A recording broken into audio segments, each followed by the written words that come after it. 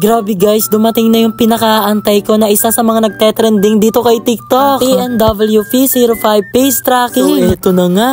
Wow! Kompleto na yan. Meron na yung kasamang circle stand, meron na rin kasamang cable wire at saka fill light. At syempre, hindi dyan mawawala yung manual instruction, lalong-lalo na yung ating pangmalakasang tripod na gagamitin para sa TNW. Napaka-useful nito sa ating mga content creator dahil hindi na natin kailangan pang kumuha ng taga-video para mabidyohan lang yung mga ginagawa natin. Ala, mas mukhang matangkad pa sa akin yung tripod. Ala, mas matangkad pa nga sa akin. Huwag na natin patagalin. Ikabit na natin to.